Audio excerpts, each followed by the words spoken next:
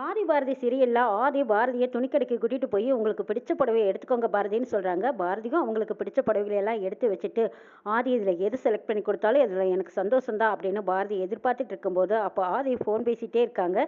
அவர் எப்போ பார்க்குறாரோ அப்போ பார்க்கட்டும், பார்த்து அவருக்கு பிடிச்சதை எடுத்து கொடுக்கட்டும். அதுவே எனக்கு சந்தோஷம்னு நினைச்சிட்டு இருந்த பாரதி, அவர் கையால அவருக்கு பிடிச்சதை எடுத்து கொடுக்கட்டும்னு நினைக்கிறாங்க. என்னது பாரதி இவ்வளவு புடவையில எடுத்து போட்டிருக்கீங்க, உங்களுக்கு ஒண்ணு கூடவா பிடிக்கலைங்கிறாங்க. சார் நீங்க வேற கடையில் பார்க்கலாமான்னு கேட்குறாங்க. ஆதி அதெல்லாம் வேண்டாம் சார், நிறைய புடவை நல்லா இருக்கு. ஆனால் எதை எடுக்கிறதுன்னு தான் எனக்கே குழப்பமா இருக்குங்கிறாங்க. ஆமாம்மா, ஆதி அண்ணன் எடுத்தாருன்னா அவர் கூட ஓரளவுக்கு செலக்ட் பண்ணி கொடுப்பாரு அப்படிங்கிறாங்க தவக்கலை. அதை பார்த்ததும் ஆதி எனக்கு அந்த அளவுக்கெல்லாம் செலக்ட் பண்ண தெரியாது. சரி நான் எடுத்து கொடுக்குறது உங்களுக்கு பிடிச்சிருக்கான்னு பாருங்கன்னு சொல்லி ஒவ்வொன்றா எடுத்து கொடுக்குறாங்க. அப்போ ஆதி எடுத்து கொடுக்குறது எல்லாமே பாரதி பிடிக்குதுங்கிறாங்க. என்ன பாரதி, நான் அவ்வளோ நல்லா செலக்ட் பண்ணுவேன்னு நீங்கள் நினச்சிங்களாங்கிறாங்க. ஆமாம் சார், நீங்கள் எந்த புடவையை எடுத்து கொடுத்தாலும் அதில் கட்டிக்கிறதுல எனக்கு சந்தோஷம்னு பாரதி மனசுக்குள்ளே நினைக்கிறாங்க. இது புரிஞ்சுக்கிட்ட ஆதி, என்ன பாரதி தமிழ் பாப்பா கிட்ட ஆதி கேட்குறாங்க, நீங்கள் எடுத்து கொடுக்கறது அம்மாவுக்கு பிடிச்சதுனால தானே அது நல்லா இருக்குன்னு சொன்னாங்க, அதையும் எடுத்துருங்கிறாங்க. அப்போ சரி என்னோட ஃபைனல் செலெக்ஷன் இதுதான் அப்படின்னு சொல்லி ஆதி ஒரு புடவையை எடுத்து கொடுக்கவும் அதை சந்தோஷமா வாங்கிக்கிறாங்க பாரதி. ஆதி புடவையை கொடுத்து பாரதியை போய் கட்டிட்டு வாங்க பார்க்கலாங்கிறாங்க. அப்போ ஆமாம்மா, நீங்கள் இந்த கலர் கட்டிட்டு வந்தீங்கன்னா ரொம்ப நல்லா இருக்கும், அதுவும் உங்கள் கலருக்கு ஏற்ற மாதிரி ரொம்ப சூப்பராக இருக்குன்னு சொல்லிட்டு இருக்கா தமிழ் பாப்பா.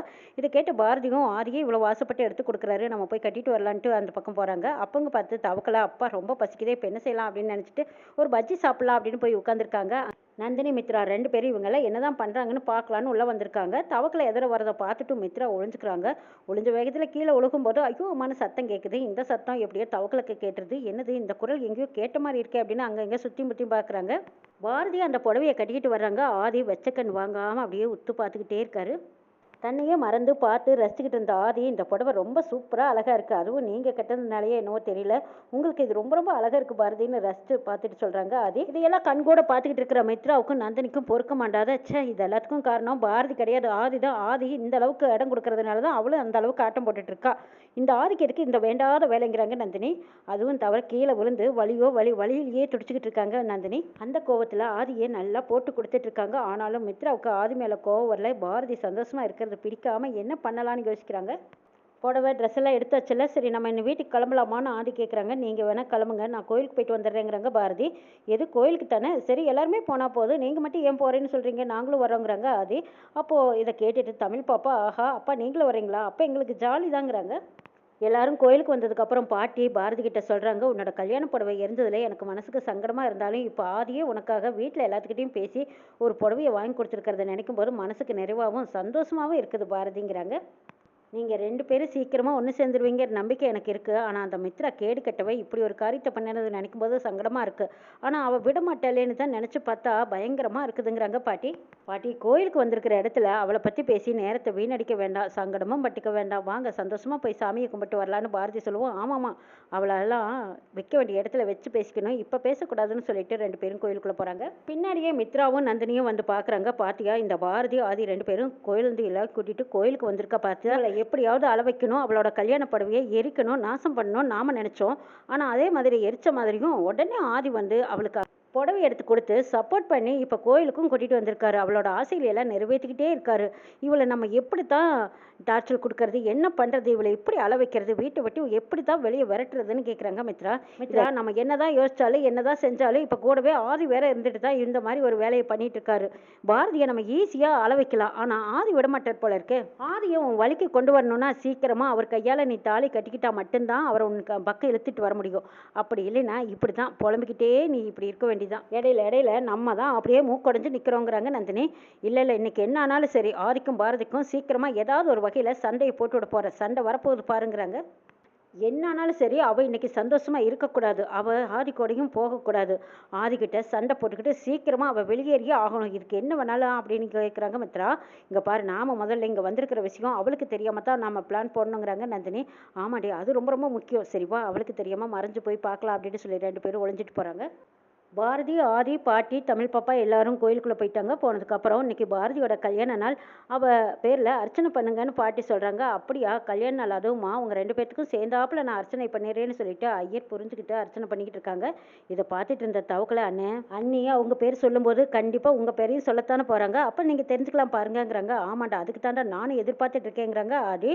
ஆனால் பாரதி பேரை சொல்கிறாங்க. அடுத்தது ஐயர் கேட்குறாங்க உங்கள் புருஷன் பேரையும் சொல்லுங்கன்னு கேட்கும்போது அப்போ யோசிக்கிறாங்க, சொல்லலாமா வேண்டாம் வேண்டாமா, ஆதி வேற பக்கத்திலே நிற்கிறாரு, அவர் பேரை சொன்னால் அவருக்கு அப்போது உங்கள் புருஷன் பேர் ஆதியான்னு கேட்பாரு, அவருக்கு உண்மை தெரிஞ்சிடும். அதனால நம்ம சாமி பேரை சொல்லிடலான்னு நினச்ச பாரதி என் பேரோட சேர்த்து சாமி பேரை சொல்லிருங்கங்கிறாங்க. அப்போ ஐயர் கேட்குறாங்க, என்னம்மா கல்யாண நாள் உனக்கு உன் உன் புருஷன் பேரையும் உன் பேரையும் சொல்லுமா, அர்ச்சனை பண்ணிடலாங்கிறாங்க.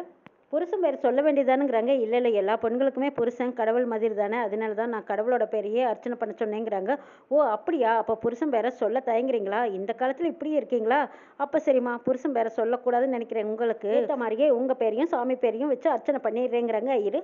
பார்த்தீங்களா எப்படி சாமர்த்தியமாக சமாளிச்சிட்டாங்கன்னு தவக்கலை சொல்கிறாங்க. அடப்போடா, இப்போவாது பாரதி என் பேரை சொல்லுவாளா, ஆசையாக கேட்கலான்னு எதிர்பார்த்தேன், ஆனால் சொல்லவே இல்லையே, ஏமாற்றமாக இருக்குதுங்கிறாங்க. அது சரி, இதை இப்படியே விடக்கூடாதுன்ட்டு பாரதியை கூப்பிட்டு, பாரதி இருந்தாலும் உங்களுக்குள்ள ஒரு பிரிவு இருக்குது, இருந்தாலும் பார்த்தீங்களா உங்கள் புருஷன் பேர்லேயும் ஒரு அர்ச்சனை பண்ணுறீங்களா, அதை நினைக்கும் போது பாராட்ட வேண்டிய விஷயங்கிறாங்க. ஆதி என்ன சார் இப்படி கேட்குறீங்க, என்னதான் இருந்தாலும் சண்டையே பிரச்சனைகள் இருந்தாலும் கட்டின புருஷனை மறக்க முடியுமா, கல்யாண நாள்னு வரும்போது அந்த பிரச்சனைகள் எல்லாம் ஓரமாக ஒதுக்கி போட்டுட்டு சந்தோஷமான நினைவுகள் தானே மனசில் வரும்.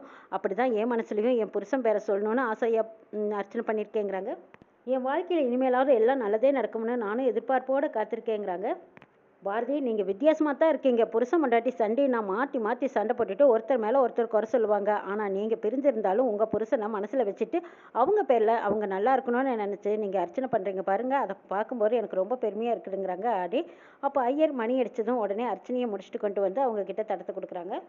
பாரதி ஆசைப்பட்ட மாதிரியே ஆதிக்கிட்ட ஆசீர்வாதம் வாங்கிட்டாங்க. அடுத்தது என் தாலியில் அவர் கையால் பொட்டு வைக்கணும், கடவுளே அதுக்கு நீ தான் ஏற்பாடு பண்ணி அதை நடத்தி கொடுக்கணும், என்னோட ஆசை நிறைவேறணும்னு வேண்டிகிட்டு இருக்காங்க.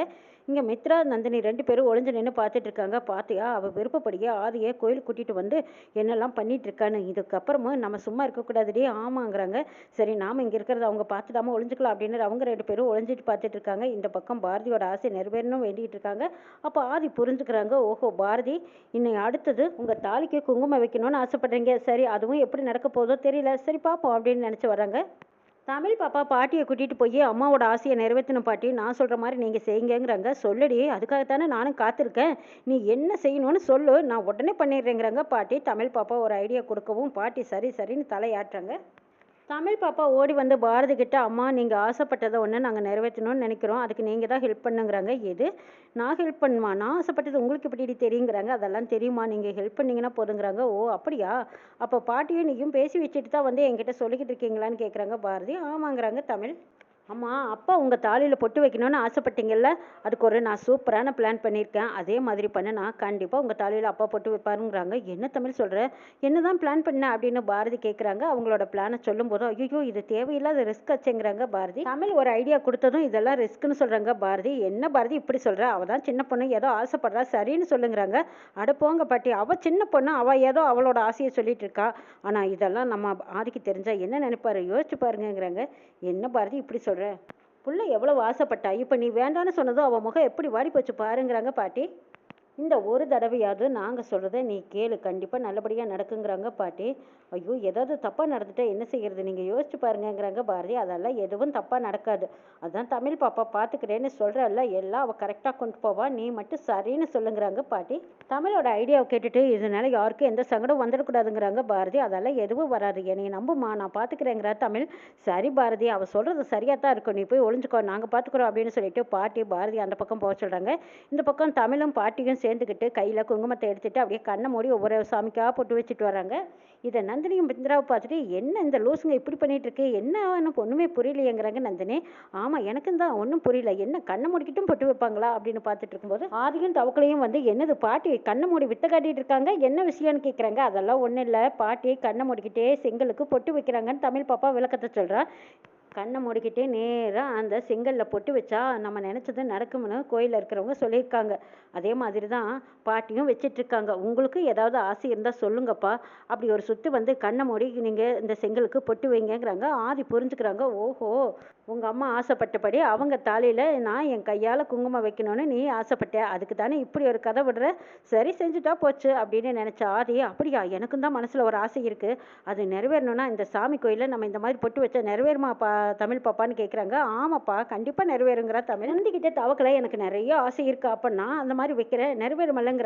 ஐயோ மாமா அவசரப்படாதீங்க, முதல்ல அப்பா வைக்கட்டும் அப்புறமா நீங்கள் வச்சுக்கலாங்கிறாங்க. எனக்கு நிறைய ஒன்றும் ஆசையெல்லாம் இல்லை, சரி வேண்டாம் அப்படிங்கிற மாதிரி ஆதி சொல்லதும் அப்படியே முகம் மாறிடுது தமிழுக்கு. என்னப்பா இப்படி சொல்லிட்டீங்களே! திரும்பி திரும்பி பார்த்த ஆதிக்கு புரிஞ்சு போச்சு. ஓஹோ! பாரதி நீங்க எல்லாருமா சேர்ந்து இது ஒரு திட்டம் போட்டு வச்சிருக்கீங்க. என் கையால குங்குமம் வாங்கணும்னு ஆசைப்பட்டுருக்கீங்க. அதான் எல்லாருமா சேர்ந்து பிளான் பண்றீங்க. சரி நானும் இதுக்கு ஒத்துக்கிறேன். இந்த விளையாட்டு எனக்கு ரொம்ப பிடிச்சிருக்கு. என் கையால உங்க தாலியில நான் குங்குமம் வைக்கிறதுக்கு கொடுத்து வச்சிருக்கணும்னு நினைச்ச ஆதி, தமிழ் எனக்கும் நிறைய ஆசை இருக்கு தமிழ். என்னோட ஆசைய இந்த கடவுள் நிறைவேற்றுவாரா? அப்ப சரி நான் குங்குமத்த வைக்கிறேன் அப்படின்னு சொல்லிட்டு அலுங்காம கண்ண மூடுன மாரி மூடி குங்குமத்தை எடுத்து சுத்தி வந்து, கரெக்ட்டா நான் வைக்கட்டுமா? வைக்கிறது கரெக்ட்டா இருக்கா? அப்படின்னு கேட்டுட்டே வந்ததும், செங்கலுக்கு நான் கரெக்ட்டா பொட்டு வைக்கிறேனான்னு பாரு அப்படின்னு சொல்லி குங்குமத்தை எடுத்துட்டு போறாங்க. அந்த நேரம் பார்த்து பாரதி ஆதிக்கு பக்கத்துல வந்து நின்னு மண்டிய போட்டு அவங்க தாலிய எடுத்து காட்டுறாங்க.